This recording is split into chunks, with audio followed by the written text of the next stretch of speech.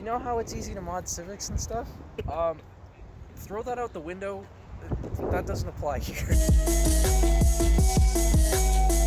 We have to discover it for ourselves. Because there's unfortunately not a lot of info online on how to do stuff to this car. So a lot of it is just going off what other people have done. What is your favorite mod to this so far? Honestly, the coilovers. The coilovers and the upgraded brakes. That and the stiff suspension, having adjustable coilovers, and having this thing lowered.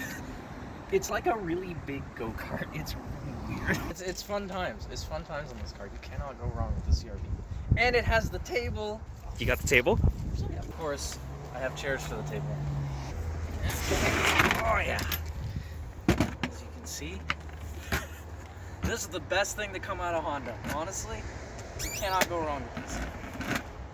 Because, you know, you're cruising around, you're driving around, and you're like, oh man, today's such a great day, and you're with your date, whatever, and then they're like, oh man, we bought all this A&W, where are we gonna eat, right? So, then you're like, I got it. You go to the beach, and you pop this sucker out, and you take one of these bad boys, 2 of them.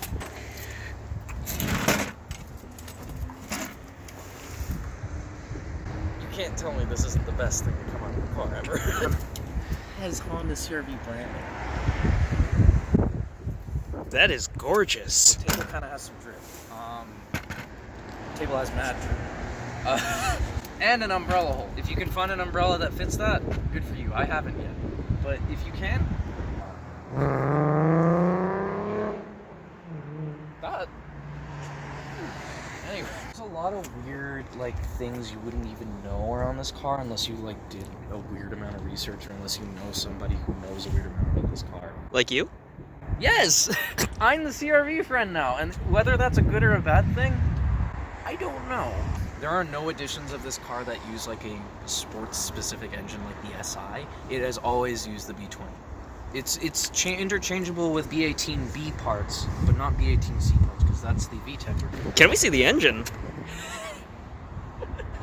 Do you want to see the engine? Yes. So, they were worth everything. So the thing is, given that these engines are very, very similar to B18Bs, they basically share a lot of the same framework, layout, and parts. So, for example, throttle bodies, intake manifolds, exhaust manifolds. This is actually technically off an Acura Integra. I had to get a custom ordered from AEM because, again, why would you do this? But it fits and it works. And as you can see, I fabricated a bracket. If you don't know this already, I will tell you this right now. This is a $300 noisemaker. This does absolutely nothing for performance unless you have a tune and other parts. This does nothing, but it sounds really cool. So, was it worth it?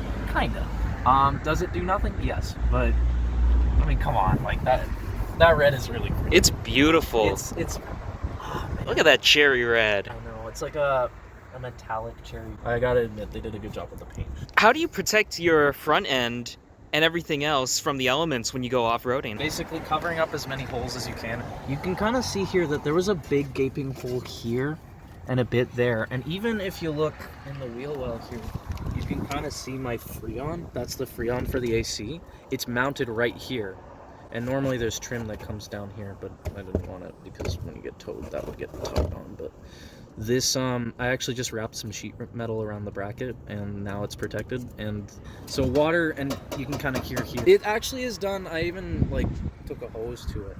It does a weirdly good job of keeping the elements away from the engine bay. Naturally, water is going to get everywhere, so there's always going to be some mud and dirt that gets in.